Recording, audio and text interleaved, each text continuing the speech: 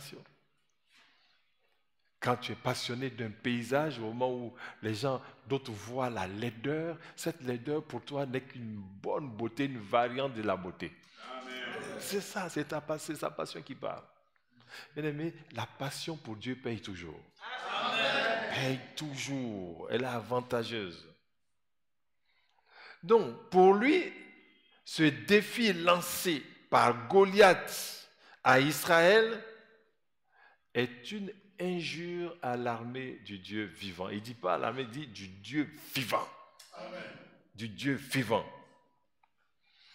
Et il appelle Goliath un incirconcis, c'est-à-dire il le traite selon la révélation de la parole de Dieu. Amen. Sa foi qui opère. Il traite Goliath selon la révélation de la parole de Dieu. Donc, il voit les gens comme Dieu les voit. Pas parce qu'il a les yeux de Dieu, mais parce que ce que dit la parole devient sa vision. Amen. Gloire à Dieu. Donc, la foi de David est activée par sa passion pour Dieu.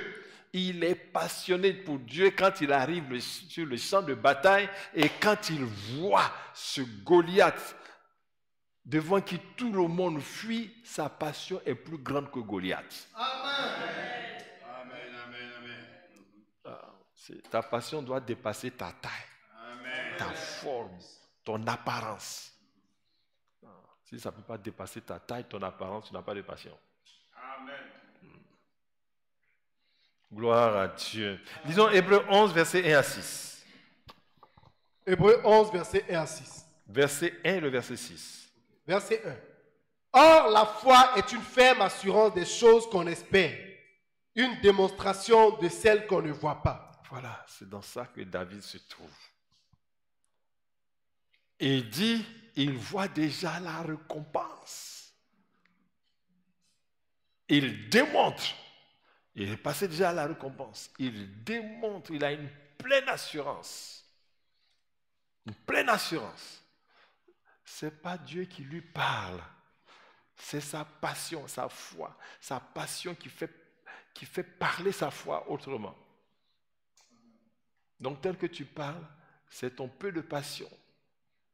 Et fait que tu n'as pas de détermination, tu n'as pas d'assurance dans ta prière. Verset 6. Verset 6. Or, sans la foi, il est impossible de lui être agréable. Il est impossible d'être agréable à Dieu sans la foi. Car il faut que celui qui s'approche de Dieu croit que Dieu existe et qu'il est le rémunérateur de ceux qui le cherchent. Il est le rémunérateur, c'est ça il dit? Quelle est la récompense qu'on va donner à celui qui va tuer cet incirconcis? Il voit déjà la récompense, il saisit la promesse. Si dans ta foi, il n'y a pas au bout, la promesse, c'est une foi vaine. Beaucoup de chrétiens qui sont dans des foi vaines. La foi doit être axée sur les promesses de Dieu. Allons-y, versets 28 à 30. Versets 28 à 30. Eliab, son frère aîné, qu'il avait entendu parler à ses hommes, fut enflammé de colère contre David. Et il dit, pourquoi es-tu descendu et à qui as-tu laissé ce peu de brebis dans le désert? Je connais ton orgueil et la malice de ton cœur. C'est pour voir la bataille que tu es descendu. David répondit, qu'ai-je donc fait? Ne puis-je pas parler ainsi?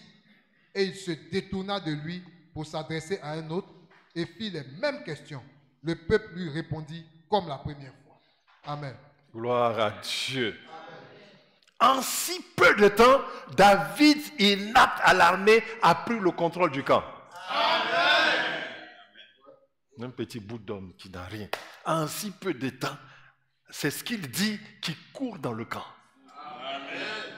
Donc quand tu as la passion pour Dieu, ton langage est un langage de foi et c'est une parole d'autorité et qui a de l'impact.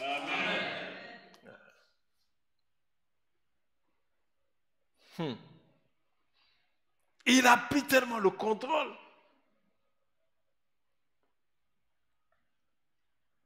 Et son aîné va réagir.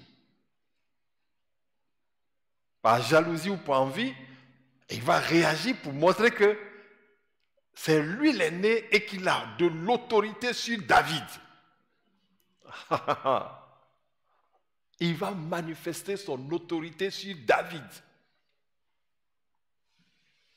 En commandant David, il prend le contrôle. Alléluia. Mais la passion de David pour Dieu est plus forte que les méchancetés de son frère. Et il dit un seul mot. N'ai-je pas le droit de parler ainsi? Il se détourne de lui. Alléluia. Pourquoi? Sa passion. Il ne va pas se laisser distraire. Amen. Alléluia. Gloire à Dieu. Amen. Gloire à Dieu. Verset 31 à 39. Verset 31 à 39. Lorsqu'on eut entendu les paroles prononcées par David, on les répéta devant Saül qui le fit chercher. David dit à Saül, que personne ne se décourage à cause de ce Philistin. Ton serviteur ira se battre avec lui. Saül dit à David, tu ne peux pas aller te battre avec ce Philistin car tu es un enfant et il est un homme de guerre dès sa jeunesse. David dit à Saül, ton serviteur faisait paître les brebis de son père et quand un lion ou un ours venait en enlever une du troupeau, je courais après lui, je le frappais et j'arrachais la brebis de sa gueule. S'il se dressait contre moi, je le saisissais par la gorge, je le frappais et je le tuais. C'est ainsi que ton serviteur a terrassé le lion et l'ours, et il en sera du Philistin de cet incirconcis comme l'un d'eux, car il a insulté l'armée du Dieu vivant. David dit encore, l'Éternel qui m'a délivré de la griffe du lion et de la patte de l'ours, me délivrera aussi de la main de ce Philistin. Et Saül dit à David, va et que l'Éternel soit avec toi. Saül fit mettre ses vêtements à David. Verset combien? Verset 38. Saül fit mettre ses vêtements à David. Il plaça sur sa tête un casque d'airain et le revêtit d'une cuirasse. Verset 39. David ceignit l'épée de Saül par-dessus ses habits et voulut marcher car il n'avait pas encore essayé. Mais il dit à Saül, je ne puis pas marcher avec cette armure, je n'y suis pas accoutumé, et il s'en débarrassa. Amen. Gloire à Dieu, oh gloire à Dieu. Votre amen n'a pas de foi, manque de passion. Amen a manque de passion et de chaleur. Oh gloire à Dieu. Amen. Que Dieu suscite des foi passionnelles. Amen. Dans son peuple. Amen. Car ce Dieu-là, c'est avec une telle foi qu'on doit l'adorer. Amen. Hein? Si ta foi n'arrive pas à ce niveau, bien-aimé, ton adoration ne vaut absolument rien devant ce Dieu tout-puissant qui t'a livré son Fils. Très vite, les paroles de David, comme un torrent, comme un flot de torrent, a pris le contrôle du camp. Amen. Comment les paroles d'un jeune homme qui est inapte à l'armée prend ainsi le contrôle? Pourquoi toi, tes paroles ne prennent pas le contrôle dans la situation que tu vis et que tu traverses? Tu n'as que des paroles de découragement pour toi-même. Parce que tu n'as pas de passion pour Dieu. C'est ça. Cette foi sans la passion, elle n'a pas de force. Comme un flot, ça plie tout le contrôle du camp. Et on ne parle que de ça, au point où les paroles sont parvenues devant le dominateur. Ah oui. Si David a pu se détourner de l'autorité de famille qui voulait prendre son contrôle, va-t-il prendre autorité sur le dominateur du camp d'Israël? Gloire à Dieu. Verset 32. Que personne ne se décourage à cause du Philistin. Amen. Dès qu'il arrive devant Saül, il ne laisse même pas Saül parler. Et il prend le contrôle. Amen. Mon Dieu. Hein? Pourquoi tu laisses la situation parler 1000 mots contre toi? Ton serviteur ira se battre contre lui. Donc, vous voyez, cette parole prononcée par David annule tout de suite la terreur que Goliath a mis sur le camp. Ça annulait tout de suite. Et souvent, les adversaires sont dans ton propre camp. Après le frère Eliab, c'est maintenant le roi Saül. Quand tu es au milieu des chrétiens incrédules, ils deviennent des obstacles à la manifestation de ta foi. Ouais. Que personne ne se décourage. Alléluia. Verset 33. Voici ce que Saül dit, le roi dit. Saül dit à David, tu ne peux pas aller te battre avec ce Philistin, car tu es un enfant et il est un homme de guerre dès sa jeunesse. Voilà. Blocage de la domination. Il annule les paroles de David. Et c'est une domination, c'est le roi. Mais il s'appuie sur des faits concrets. Ah oui. Il n'est pas en train de mentir. Ah, tu es inapte. Parce que c'est les plus de 20 ans qui vont à l'armée. Tu es inapte, tu ne peux pas. Tu ne peux pas. Tu es un enfant. Et c'est clair que tu es un enfant. Parce que tu es inapte. Tu es inapte parce que tu es un enfant. Mais quant à lui, c'est un homme de guerre dès sa jeunesse. Alléluia. Amen. Même ce blocage sera renversé par la passion de David. Wow. Gloire à Dieu. Versets 34 à 37. Là, David va faire une révélation. Ah oui. La passion pour Dieu est basée sur des révélations. Il dit à Saül, ton serviteur faisait paître les brebis de son père. Et quand un lion ou un ours venait en enlever une du troupeau, verset 35, je courais après lui. Je le frappais et j'arrachais la brebis de sa gueule. S'il se dressait contre moi, je le saisissais par la gorge, je le frappais et je le tuais. Verset 36. C'est ainsi que ton serviteur a terrassé le lion et l'ours, et il en sera du Philistin, c'est incirconcis comme de l'un d'eux, car il a insulté l'armée du Dieu vivant. Gloire à Dieu. Alléluia. David fait une grande révélation à Saül. Que dévoile-t-il? Voilà. David dévoile que sa passion déploie une force surnaturelle qui est au-dessus de la force naturelle du lion et de la force naturelle de l'ours. Ton amen n'a pas de foi parce que tu ne sais pas ce que c'est. C'est pour ça que tu réponds comme ça, amen. Gloire à Dieu. Amen. Parce que comment un homme va-t-il partir vers un lion, arracher la brebis, et quand il le saisit par la gorge, et il étouffe, le tue, ou un ours qui vient à sa patte, il l'évite, il le tue.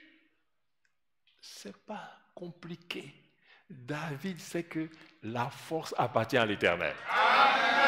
Ce qui est opérationnel dans l'ours, c'est Dieu qui a mis dedans. Ce qui est opérationnel dans le lion, c'est Dieu qui a mis dedans. Et donc, il additionne la force de l'ours et du lion par une force de l'esprit qui transcende ça. Il est plus qu'un lion quand il va vers le lion. Il est plus qu'un ours quand il va vers l'ours.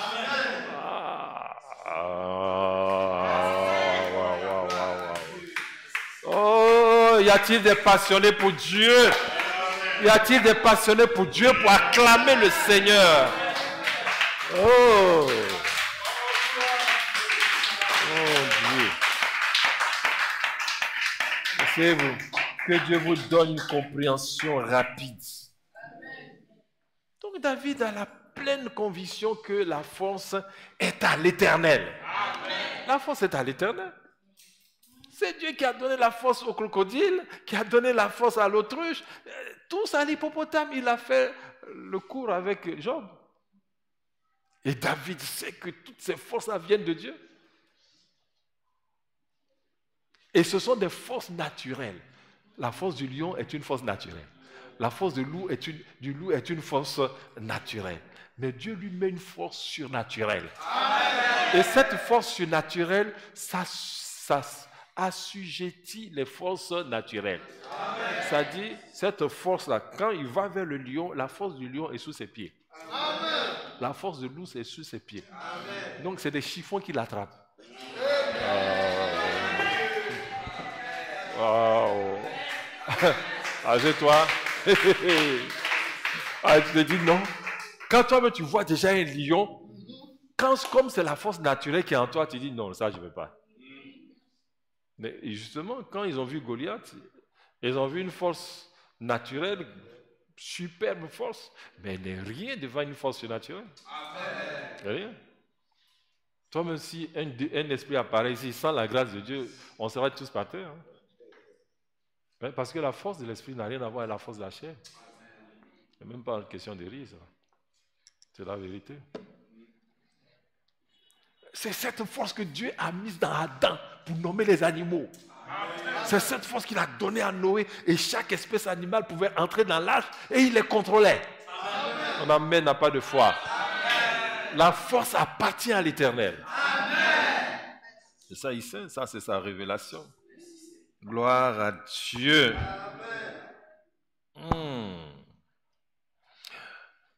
Allons-y, lisons les passages, Psaume 34, verset 11.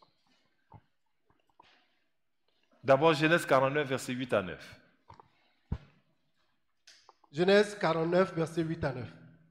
Judas, tu recevras les hommages de tes frères. Ta main sera sur la nuque de tes ennemis. Les fils de ton père se prosterneront devant toi. Judas est un jeune lion. Oh, ton amen n'a pas de foi. Judas est un jeune lion. Et David représente le lion de la tribu de Juda. Donc la force du lion est déjà sous son contrôle. Et comme toi, tu n'es pas dans la passion de David, tu cherches à sentir. Il n'y a rien à sentir, cher ami. Ce que tu sens là, c'est ton naturel. C'est ta passion qui te fait aller dans le surnaturel. Ce soir, je veux aller dans le surnaturel.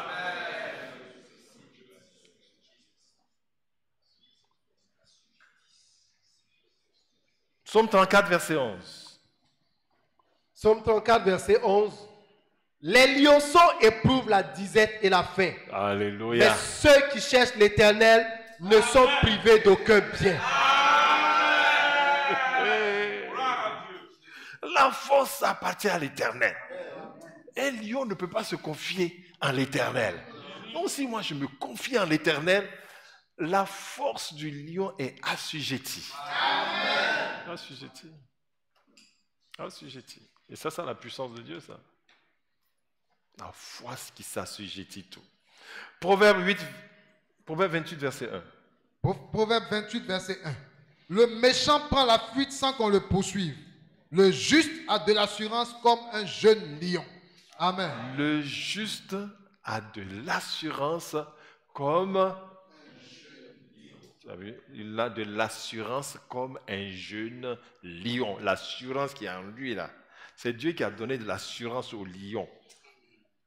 C'est même Dieu peut te donner de l'assurance plus que l'assurance du lion.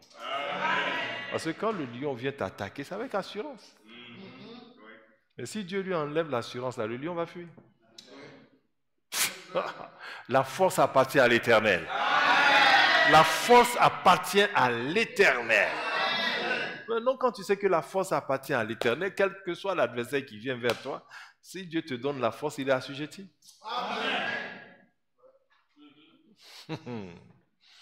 C'est la foi seule. Oh, gloire à Dieu. Donc, lorsque David fait ce témoignage de vérité, Saül capitule. Saül capitule. La prochaine phrase, il dit, va, mon fils. Alléluia. Donc, tu vois, sa passion. Il est convaincant à cause de sa passion parce que le roi Saül n'a pas cherché à vérifier. À cause de l'assurance. Et il sait que ça avait une force qu'il est en train de parler. Il voit déjà la force. Alléluia. Revenons au verset 37. Verset 37. Et Saül dit à David, va. Il dit quoi? Va et que l'Éternel soit avec toi. Amen. Donc ce témoignage a donné de la foi à Saül. Amen. Parce que Saül a vu la puissance de Dieu dans la vie de cet enfant. Amen. La puissance de Dieu. Ton langage ne peut même pas donner de la foi à ceux qui sont autour de toi. C'est quel genre de foi qui t'habite? Combien les Ivoiriens ont besoin en ce moment, et depuis la crise, ont besoin d'assurance. Mais est-ce que ces Ivoiriens trouvent l'assurance parmi les chrétiens qui sont en Côte d'Ivoire? Est-ce que ta foi donne la paix, donne de l'assurance et l'espérance à ceux qui sont autour de toi? Lorsqu'on regarde les chrétiens, on devait être en paix. Mais ils sont les plus inquiets. Que cette foi à l'envers disparaisse au nom de Jésus. Va. Et que ton Dieu, en qui tu crois, soit avec toi. Est-ce qu'on voit Dieu dans tes paroles, dans tes prises de position? Allons-y, versets 38 à 39. Versets 38 à 39, 1 Samuel 17. Verset 38. Saül fit mettre ses vêtements à David. Il plaça sur sa tête un casque d'airain et le revêtit d'une cuirasse. David ceignit l'épée de Saül par-dessus ses habits et voulut marcher, car il n'avait pas encore essayé. Mais il dit à Saül, je ne puis pas marcher avec cette armure. Je n'y suis pas accoutumé. Et il s'en débarrassa. Amen.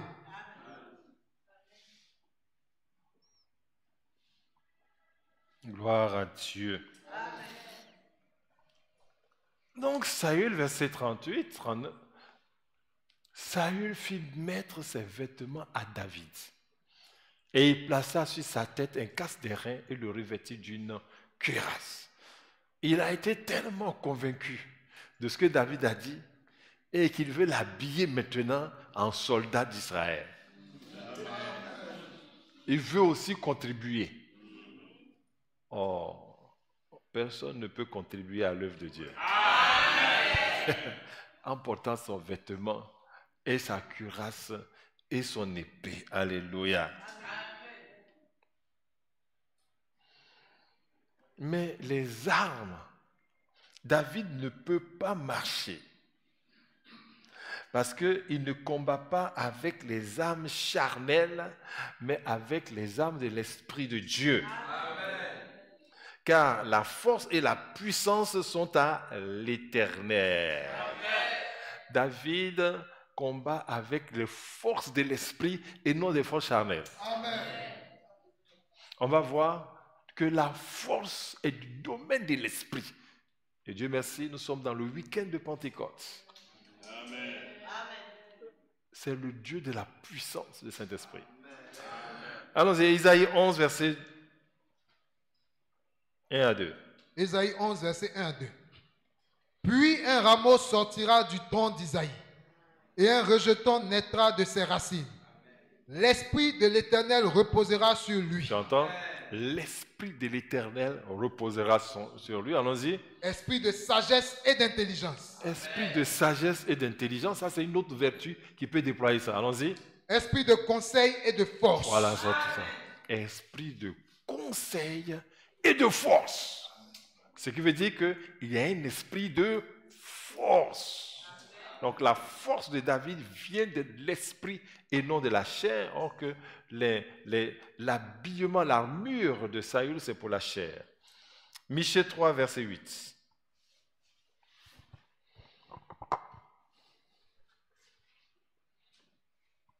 Michée 3, verset 8. Je lis, mais moi je suis rempli de force de l'Esprit de l'Éternel. Je suis rempli de quoi? De force de l'Esprit de l'Éternel. Donc quand je suis rempli de force de l'Esprit de l'Éternel, je ne peux pas prendre des habits charnels. Impossible. Impossible. Je ne peux plus compter sur un homme quand j'ai mis ma foi en Dieu. C'est ce que beaucoup font. Allons-y, Zacharie 4, verset 6. Zacharie 4, verset 6. Alors il reprit et me dit, c'est ici la parole que l'Éternel adresse à Zorobabel. Ce n'est ni par la puissance, ni par la force, mais c'est par mon esprit, dit l'Éternel des armées. Amen. Donc l'esprit, la force de l'esprit dépasse la force naturelle, dépasse toutes les puissances. C'est pourquoi il dit, c'est pas mon esprit. Pour ne pas que tu dises autre chose. On n'utilise même pas l'esprit, la force pour l'esprit. Il dit simplement, c'est pas mon esprit. C'est que l'esprit est au-dessus de toute la force, de toutes les forces qui existent dans le monde et dans l'univers. Acte 10, verset 38. Acte 10, 38. Vous savez comment Dieu a oint du Saint-Esprit et de force Jésus de Nazareth, qui allait de lieu en lieu, faisant du bien et guérissant tous ceux qui étaient sous l'empire du diable, car Dieu était avec lui. Donc, tu vois, c'est avec la force de Dieu que Jésus faisait les miracles. D'esprit et de force. Gloire à Dieu. C'est ce que la parole dit aussi, je pense, dans Timothée, on peut le chercher. Car ce n'est pas un esprit de timidité que Dieu nous a donné, mais un esprit de force. Un esprit de force et d'amour. Un esprit de force, ce n'est pas un esprit de timidité que Dieu nous a donné. Gloire à Dieu. L'apôtre Paul parle des armes puissantes de Dieu dans 2 Corinthiens 10, 3 à 5. 2 Corinthiens 10, 3 à 5. Si nous marchons dans la chair, nous ne combattons pas selon la chair. Car les armes avec lesquelles nous combattons ne sont pas charnelles, mais elles sont puissantes par la vertu de Dieu pour renverser des forteresses. Amen.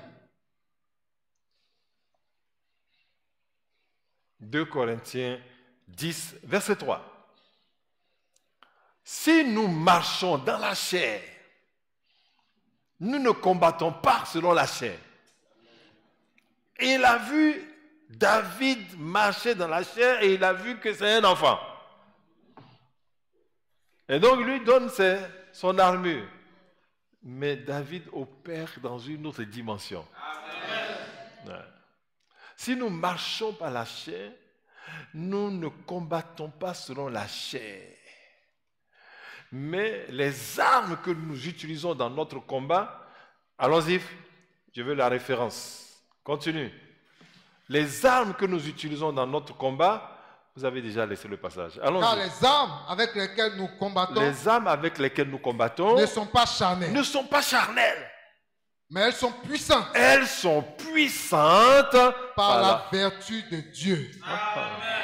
C'est vrai, les armes de Saül sont puissantes.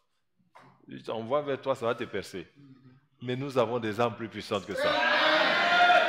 Par la vertu de Dieu. Alléluia. On continue. Pour renverser des forteresses. Pour renverser des forteresses. Ah! Ça renverse les forteresses. C'est-à-dire des choses imprénables. Amen. Ça les renverse, on y va. Verset 5. Nous renversons les raisonnements. Ça renverse les raisonnements. Oui, je suis Goliath. Donnez-moi quelqu'un qui va... Ça, c'est un raisonnement. David a renversé ça en une fraction de seconde. Il dit, c'est un incirconcis. Amen. Quand il dit, cherchez-moi quelqu'un, il dit, mais c'est un incirconcis. Il a déjà renversé son... Et Israélites, vous êtes des esclaves de Saül. Et moi, je suis un Philistin. Amenez quelqu'un qui puisse se battre contre moi. S'il me gagne, eh bien, nous vous serons assujettis. Mais si je le tue, vous serez nos esclaves. David a renversé ça. Amen. Il dit, tu es un incirconcis. Il n'y a même pas de combat. Amen. Ah, parce que tu t'appelles défaite. Amen. Et mort. Amen. Voilà. Et donc il n'y a pas de combat. Gloire à Dieu. Amen. Tu as fini de lire? Nous renversons les raisonnements et toute hauteur qui s'élève contre la connaissance de Dieu. Amen. Attends, il a envoyé sa masse. Je ne sais pas s'il fait 3 mètres ou pas. Il s'est mis devant là. C'est une hauteur. Les Israéliens décrivent, c'est une hauteur. Alléluia. Qu'est-ce qu'il fait? Il dit, il renverse les hauteurs, ceux qui s'opposent à la révélation du Dieu d'Israël.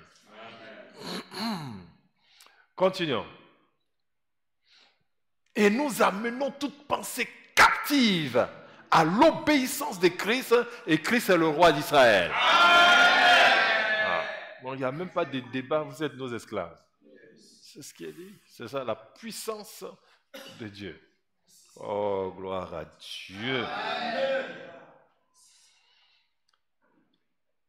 Et David va se débarrasser des habits de Saül.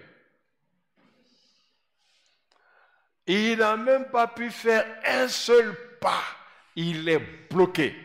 Bien aimé, normalement, si tu marches dans l'esprit, il y a des choses de la vie de tous les jours, tu vas dire, ça ne va pas avec moi, ça ne va pas avec moi. Comment se fait-il que toutes les choses vont avec toi? Amen. Toutes les choses vont avec toi. Les conversations des païens, ça va avec toi. Les habits des païens, ce qu'ils aiment, ça va avec toi. Toutes les choses vont avec toi. Il y a des choses, quand tu es au milieu d'eux, ça ne peut pas marcher avec toi. On ne peut pas t'inviter. Tu ne peux pas être à l'aise dans leurs conversations. Mais toi, toutes les choses vont avec toi. Il y a un problème. C'est que tu es dans la chair. Et il n'a pas pu faire un seul pas. Et qu'est-ce qu'il va faire? Il s'en débarrasse. Il s'en débarrasse. Mais tu dis, bon, c'est pas grave, ça ne fait rien. Gardons ça quand même. On ne sait jamais. Quoi? Alléluia. Amen. L'esprit et la chair sont opposés. Sont opposés. Et normalement, si tu es dans l'esprit, tu dois te sentir bloqué dans quelques contrats, dans quelques relations, dans quelque administration, tu dois te sentir bloqué. Tu dis, quel que soit l'argent qui est derrière, là, ça ne va pas. Quelle que soit la personne, ça ne me sied pas. Alléluia. Oh, pour vous, les chrétiens ivoiriens, tout est bon. Ils ne sont jamais bloqués. Et voilà le problème que nous avons. Il n'a pas pu faire un pas. C'est quelqu'un qui est venu l'aider. Tu ne peux pas dire, ah, mon frère, l'aide que tu m'apportes là, ça ne m'arrange pas. Bon, mais ça ne fait rien. Mettons ça à côté quand même, on ne sait jamais. Et il n'a pas dit ça. Hein. Il s'en est quoi? Débarrassé. Amen. Parti. Pas besoin de ton aide. Amen. Gloire à Dieu. Galates 5, versets 16 à 17. Versets 16 à 17. Je dis donc, marchez selon l'esprit et vous n'accomplirez pas les désirs de la chair. Car la chair a des désirs contraires à ceux de l'esprit. Et l'esprit en a de contraires à ceux de la chair. Ils sont opposés entre eux afin que vous ne fassiez point ce que vous voudriez. Voilà. Amen. Ils sont opposés. C'est pour cela qu'il était bloqué, il ne pouvait pas bouger. Alléluia. Il s'en débarrasse. Allons-y, versets 40 à 51, toujours de 1 Samuel 17. Versets 40 à 51. Il prit en main son bâton, choisit dans le torrent 5 pierres polies et les mit dans sa gibecière de berger et dans sa poche. Puis sa fronde à la main, il s'avança contre le Philistin. Le Philistin s'approcha peu à peu de David et l'homme qui portait son bouclier marchait devant lui. Le Philistin regarda et lorsqu'il aperçut David, il le méprisa, ne voyant en lui qu'un enfant blond et d'une belle figure. Le Philistin dit à David, « Suis-je un chien pour que tu viennes à moi avec des bâtons ?» Et après l'avoir maudit par ses dieux, il ajouta, « Viens vers moi et je donnerai ta chair aux oiseaux du ciel et aux bêtes des champs. » David dit aux Philistins, « Tu marches contre moi avec l'épée, la lance et le javelot. Et moi je marche contre toi au nom de l'Éternel des armées, du Dieu de l'armée d'Israël que tu as insulté. Aujourd'hui l'Éternel te livrera entre mes mains. Je t'abattrai et je te couperai la tête. Aujourd'hui je donnerai les cadavres du camp des Philistins aux oiseaux du ciel et aux champs de la terre. Et aux animaux de la terre, pardon. Et toute la terre saura qu'Israël a un Dieu. Et toute cette multitude saura que ce n'est ni par l'épée, ni par la lance que l'Éternel sauve. Car la victoire appartient à l'Éternel. Et il vous livre entre nos mains. Aussitôt que le Philistin se mit en mouvement pour marcher au devant de David, David C'est bon. Amen. Venons au verset 40. Verset 40 à 42. Ok. Il prit en main son bâton, choisit dans le torrent 5 pierres polies et les mit dans sa gibecière de berger et dans sa poche, puis sa fronde à la main, il s'avança contre le Philistin. Alléluia. Gloire à Dieu. Bien-aimé, n'importe qui peut être un combattant de l'esprit. N'importe qui. Tel que tu es, avec ce que tu as, tu peux être un combattant de l'esprit. Et donc, quand on voit les armes de David, ces armes sont constituées par le matériel qu'il utilise dans sa vie tous les jours. Si c'est une louche que tu utilises dans ta vie de tous les jours, sa louche là devient une arme puissante de combat. Amen. Si c'est une fourchette, tel que tu es, si c'est la craie aussi, amen, tout ce que tu utilises, ça suffit pour l'Esprit de Dieu. Amen. Gloire à Dieu. Amen. Physiquement, David n'a pas changé. En partant vers Goliath, il n'a pas augmenté de taille. Il n'a pas augmenté de taille. Il n'a ni changé en taille ni en volume. Son visage aussi n'a pas changé. Donc tu n'as pas besoin de changer, de faire beaucoup de choses telles que tu es, pourvu que tu aies la passion pour Dieu. Pourvu que tu aies la passion pour ce Dieu-là. Et la force surnaturelle vient sur toi. Tel que tu es. Donc, que tu sois riche, que tu sois pauvre, que tu sois diplômé, non diplômé, tout ça, ce n'est pas notre problème. Amen. Qu'est-ce que tu as dans la main? Qui es-tu? Qu'est-ce que tu as? Ce que tu fais. Amen. Voilà. Amen. Ça suffit. Gloire à Dieu. Et la figure de David n'a pas changé. Il a pu voir que c'est un beau jeune homme.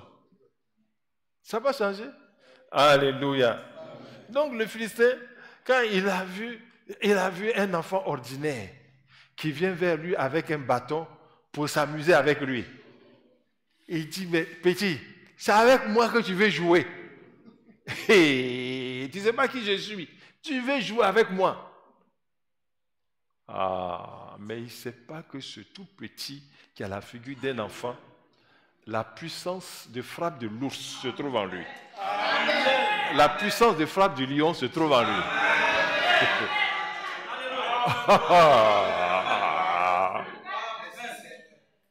Et tout ce qu'il a en main sont plus terribles que toutes les armes de guerre. Plus que son javelot, plus que son bouclier. Alléluia. C'est un grand Dieu. Gloire à Dieu. Continuons, verset 43 à verset 47.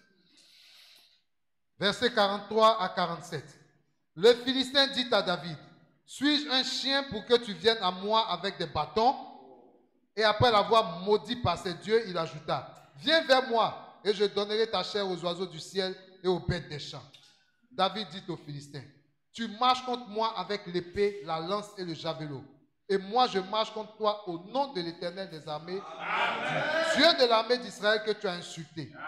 Aujourd'hui, l'Éternel te livrera entre mes mains.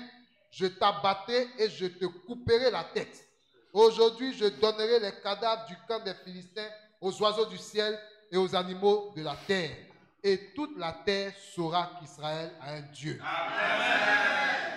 Et toute cette multitude saura que ce n'est ni par l'épée, ni par la lance que l'Éternel sauve, car la victoire appartient à l'Éternel et il vous livre entre nos mains.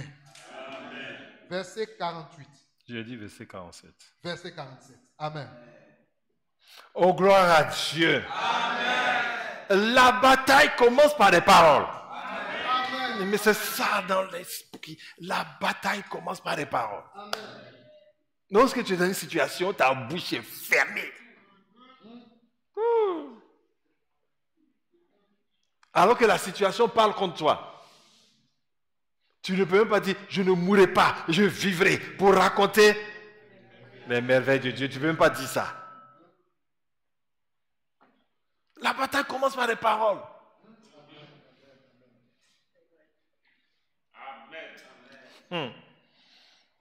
Et Goliath est le premier à attaquer en maudissant David au nom de ses dieux. Ce qui signifie que Goliath marche pour des forces de ténèbres. D'où son arrogance et son orgueil. Pour lui, il combat pour son Dieu, alors que David, c'est son Dieu qui combat pour lui.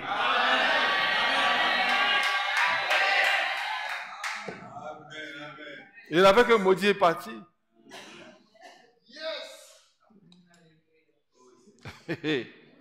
Gloire à Dieu. Mais son Dieu n'est pas un Dieu. Ce n'est pas un Dieu. Oh, David adore le Dieu vivant. Amen. Donc il a maudit David seulement au nom de son Dieu. Mais tout ce qu'il va dire là, ce sont ses propres paroles. Son Dieu ne peut pas parler. Amen. Gloire à Dieu. Amen. Vous voyez, les paroles de David sont plus puissantes. Amen. Et il en a plus. Et les paroles de David sur son Dieu sont plus fortes que celles de Goliath. Goliath, lui, ne parle de ses propres paroles et David parle des paroles de son Dieu. 1. Le Dieu de David a un nom, l'Éternel. 2. Le Dieu de David a un royaume. 3. Le Dieu de David a une armée. De plus, le Dieu de David est un Dieu vivant qui livre. Amen.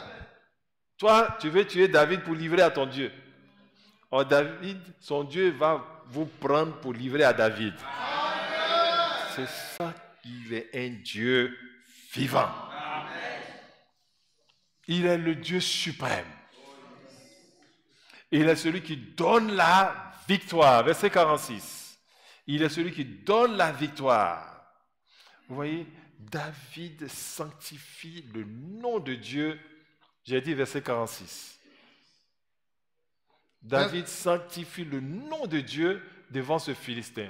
Aujourd'hui, l'Éternel te livrera entre mes mains. Il ne dit pas, je vais te prendre.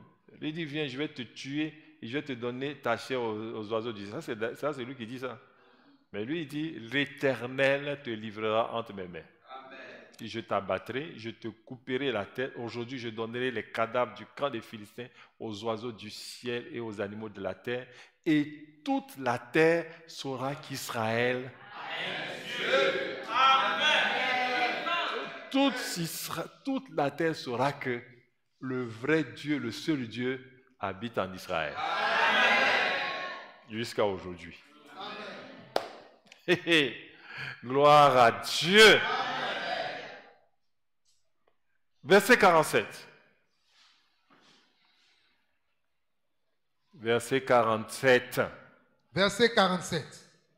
Et toute cette multitude saura que ce n'est ni par l'épée, ni par la lance que l'Éternel sauve, car la victoire appartient à l'Éternel. Donc, il n'y a pas de combat. Donc, quand on combat, la victoire se trouve dans le camp de quelqu'un. La victoire, c'est comme une propriété privée. Donc, il regarde à qui il veut donner. Et ce propriétaire-là, c'est le Dieu de David. Donc, à qui va-t-il donner la victoire? La victoire n'a pas deux propriétaires. Il est l'Éternel victorieux. Il s'appelle l'Éternel victorieux. Victorieux. Il donne la victoire. Alléluia, gloire à Dieu.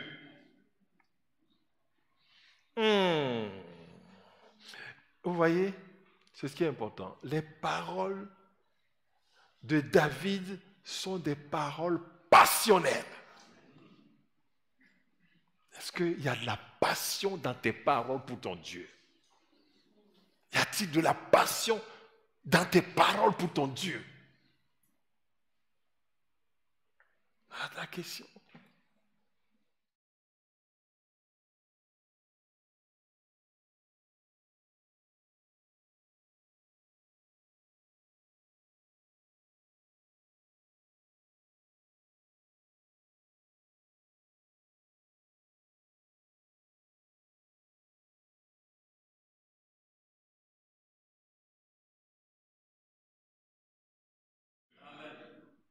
Donc, ces paroles puissantes, ces paroles fortes l'ont accompagné jusque sur le champ de bataille.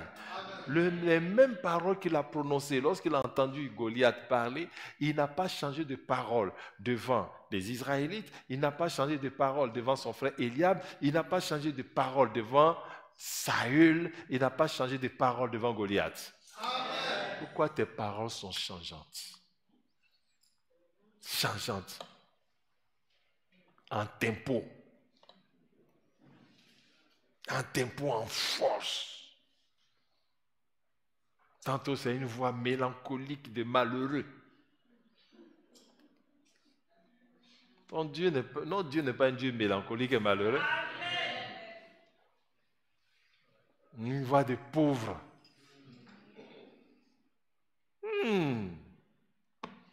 Gloire à Dieu. Sache que la taille de David n'a pas changé. Son volume n'a pas augmenté. Il n'a pas eu plus autre chose que sa gibecière. Il n'était pas riche quand il combattait Goliath. Oh, si tu pouvais plaire à Dieu. Si seulement tu pourrais chercher à lui plaire. Allons-y, versets 48 à 49. Versets 48 à 49. Aussitôt que le Philistin se mit en mouvement pour marcher au-devant de David, David courut sur le champ de bataille à la rencontre du Philistin. Il mit la main dans sa gibecière, il prit une pierre et la lança avec sa fronde. Il frappa le Philistin au front et la pierre s'enfonça dans le front du Philistin qui tomba le visage contre terre. Amen. Gloire à Dieu. Verset 48.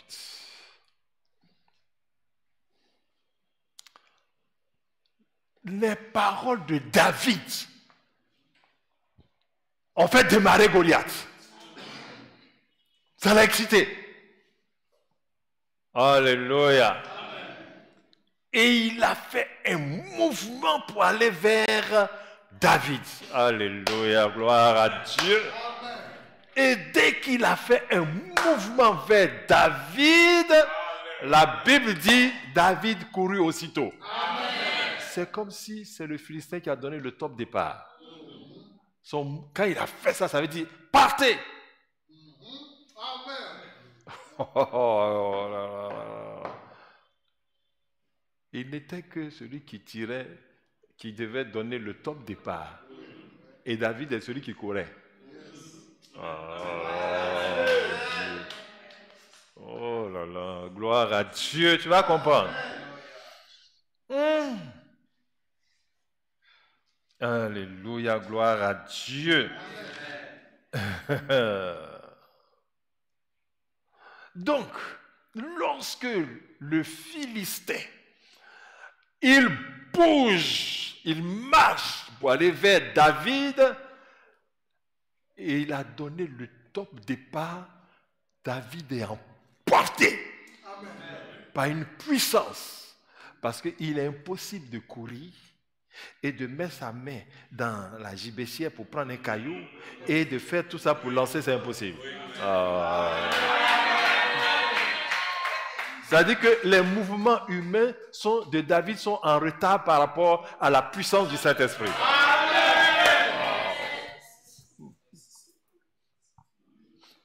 Mon Dieu.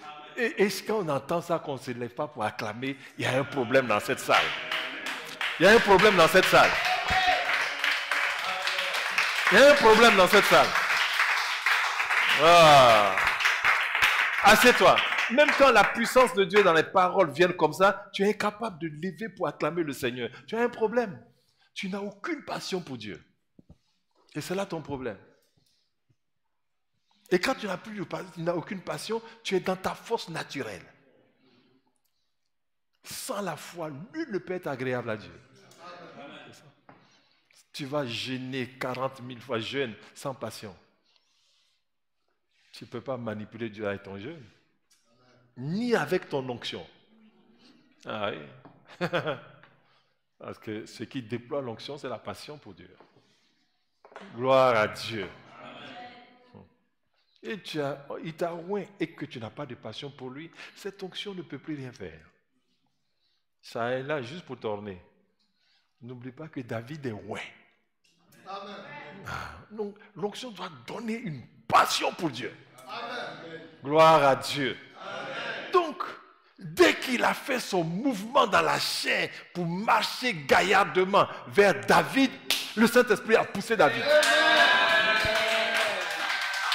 Mais bien aimé, tu vois, le Saint-Esprit là qui vient sur nous, ce n'est pas l'esprit des comiens. C'est-à-dire l'esprit des féticheurs. Que quand il vient sur toi là, tu ne peux plus te contrôler. Il a soulevé David, mais David a le temps de prendre une pierre. David a le temps de faire quoi? De prendre sa fronde. Alléluia. Bien aimé, tu sais ce qui s'est passé? Le Saint-Esprit l'a soulevé pour aller vers lui. Il a pris David et est parti vers lui. Et David était installé dans un fauteuil tranquille. Yes. Il a le temps de prendre. Il a fait ça. Lance. C'est ça la force surnaturelle. Ça ne te secoue pas. Ça te rend confortable. Je n'ai jamais vu une puissance comme ça. Ça t'emporte. David ne peut pas courir. Ça l'emporte. Et en même temps, si c'était des forces des ténèbres, là, ça allait le faire tomber. Parce que David, pendant qu'il va chercher à prendre temps là, il est par terre. Il va se relever pour courir, il s'est blessé. Mais cette force-là, elle est puissante. La force du Saint-Esprit, elle est puissante et confortable. Oh mon Dieu. Gloire à Dieu, gloire à Dieu. Elle est puissante et confortable. Ça, c'est le Dieu glorieux. Alléluia, gloire à Dieu. Alléluia.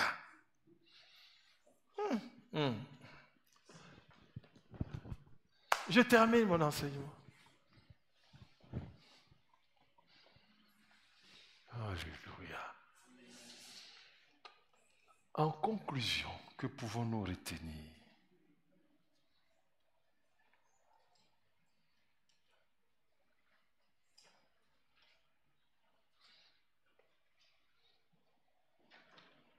Premièrement, l'expression de la passion dans la foi en Dieu se définit comme un désir ardent de la manifestation de la présence glorieuse de Dieu.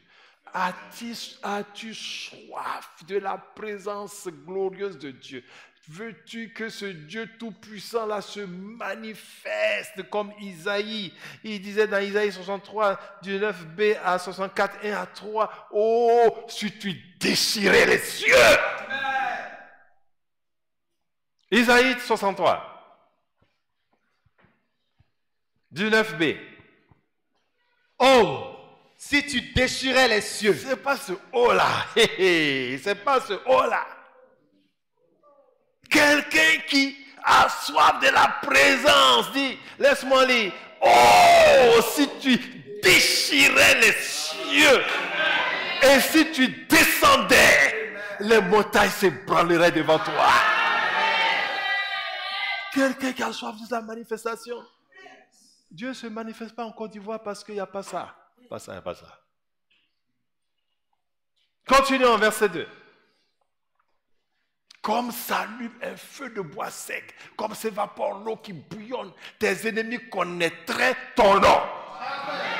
Tu entends? Et les nations trembleraient devant toi. Les nations. Wow. Allons-y, verset suivant. Lorsque tu fis des prodiges que nous n'attendions pas, donc tu ne peux pas calculer quel miracle Dieu va faire. Chaque miracle qu'il va faire te surprend toujours. Waouh, regardez ce Dieu-là.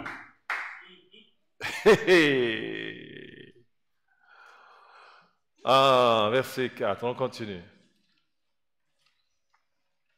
Jamais on n'a appris, ni entendu dire, et jamais l'œil n'a vu qu'un autre Dieu que toi fit de telles choses pour ceux qui se confient en lui. Amen. Oh, on amen n'a pas de foi.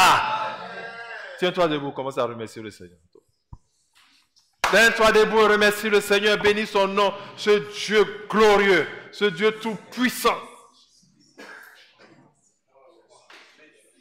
As-tu de la passion pour lui? As-tu de la passion? Ton cœur est-il brûlant pour lui? Ton cœur est-il brûlant? Comme Jérémie pouvait dire, ta parole est dans moi comme un feu, comme un feu.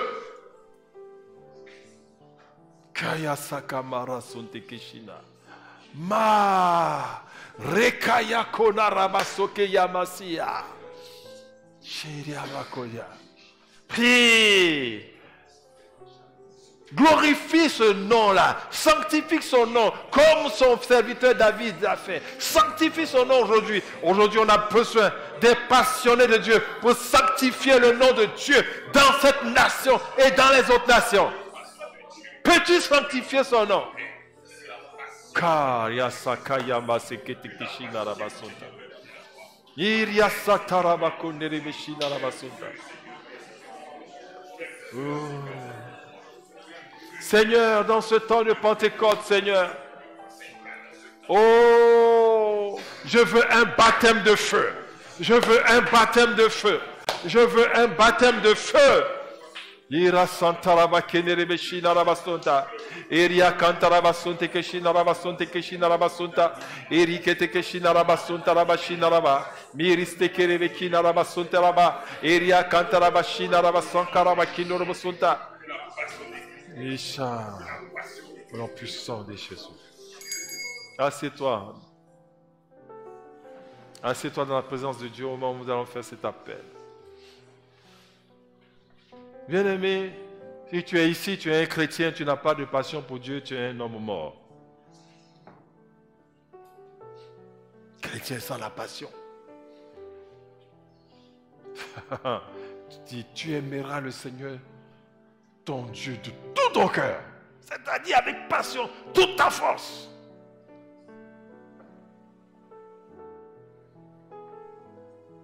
Et c'est un temps de commémoration de la Pentecôte. C'est Jésus que nous suivons baptise de feu et d'esprit. Et si tu ne le connais pas, ce Dieu-là, tu ne le suis pas, tu es simplement perdu. C'est-à-dire qu'on ne te compte pas parmi les créatures de Dieu.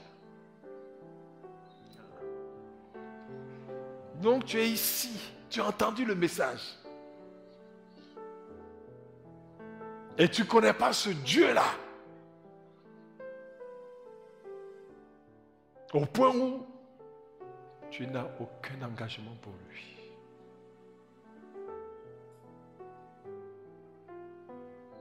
Et pourtant, ton âme est abattue au-dedans de toi.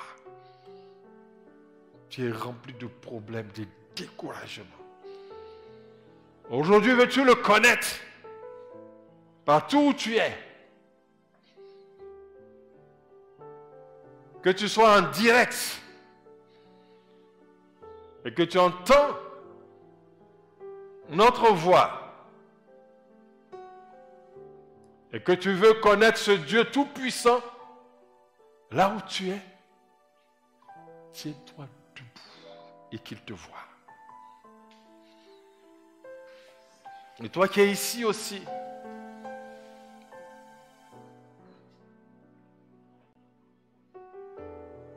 tu ne le connais pas et tu veux le connaître, tiens-toi debout.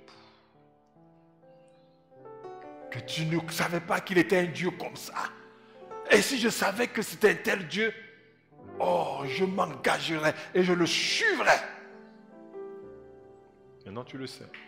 Et toi aussi, tu t'es donné à lui, mais sans passion. Au point où ta foi décourage ceux qui ne le connaissent pas. Tiens-toi droit sur tes pieds et avance. Pour ces deux catégories de personnes, et avance, et mets-toi à genoux. Et toi aussi tu m'écoutes, Sabah, mets-toi à genoux en signe d'humilité.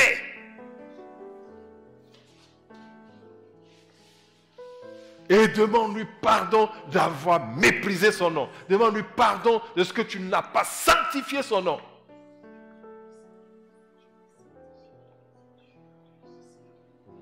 Par un feu ardent de ta passion. Seigneur, je te demande pardon. Parce que tu es un Dieu fidèle. Tu es le seul vrai Dieu. Prie.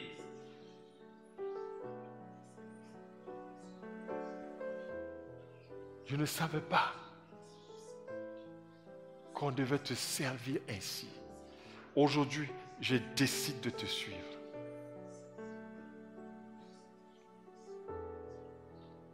Seigneur, pardonne-moi mes péchés. Je me suis égaré, mais aujourd'hui, je m'engage avec toi. Viens dans ma vie, Seigneur Jésus, et fais de moi une nouvelle création. Je reconnais, je confesse que tu es le Dieu fidèle. Et que sur la base de ma confession, tu as fait de moi une nouvelle création. Je confesse et je déclare que les choses anciennes sont passées et toutes choses sont devenues nouvelles. Merci Seigneur. Toi aussi qui n'as jamais manifesté de zèle, de passion pour Dieu, en étant chrétien, tu pries, Seigneur, je me répands de ma tiédeur. Je me répands de ma tiédeur.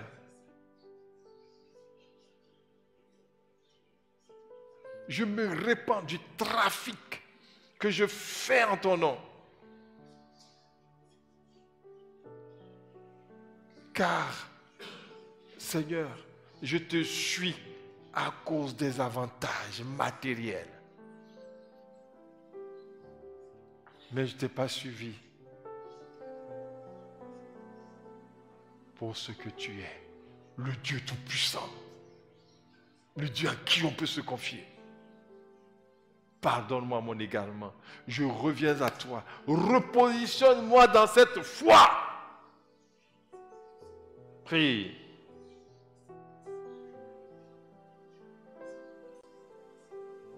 Sanctifie-moi, afin que je puisse te sanctifier par une foi passionnelle pour ton nom. Merci, Jésus. Prie, que tout le monde prie. En ce temps de Pentecôte, Seigneur, baptise-moi d'un feu. Un feu de ta passion, un feu de ta passion, un feu dans mon cœur pour toi, un feu de passion pour toi. Oh Dieu, j'ai soif de toi, j'ai soif de ta présence.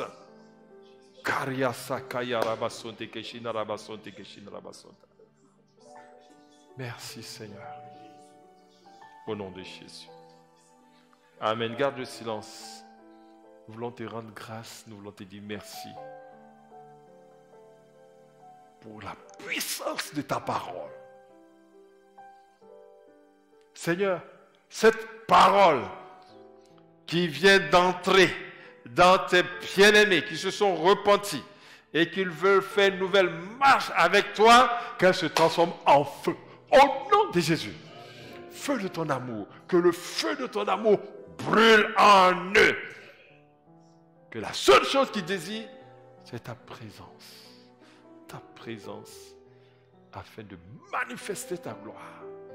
Je prie que toute mauvaise semence, tout ivraie que l'ennemi a semé en eux, soit asséché par le sang de Jésus.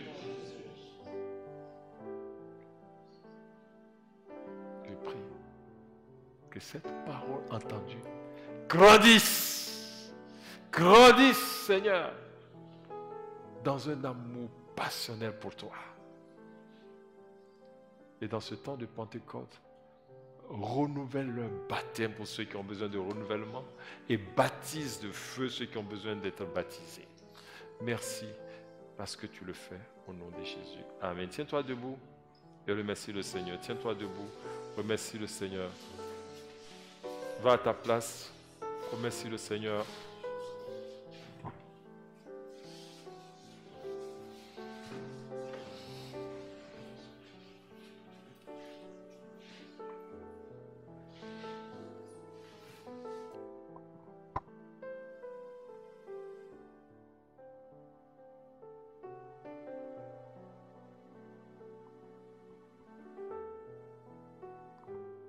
Gloire à Dieu.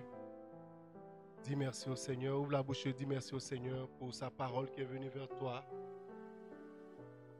Merci Seigneur, nous te bénissons Père, nous te rendons grâce. Merci.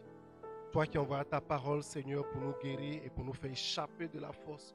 Merci Seigneur de ce que tu nous repositionnes Seigneur par la puissance de ta parole au nom puissant de Jésus. Amen. On acclame le Seigneur, s'asseoir. Gloire à Dieu.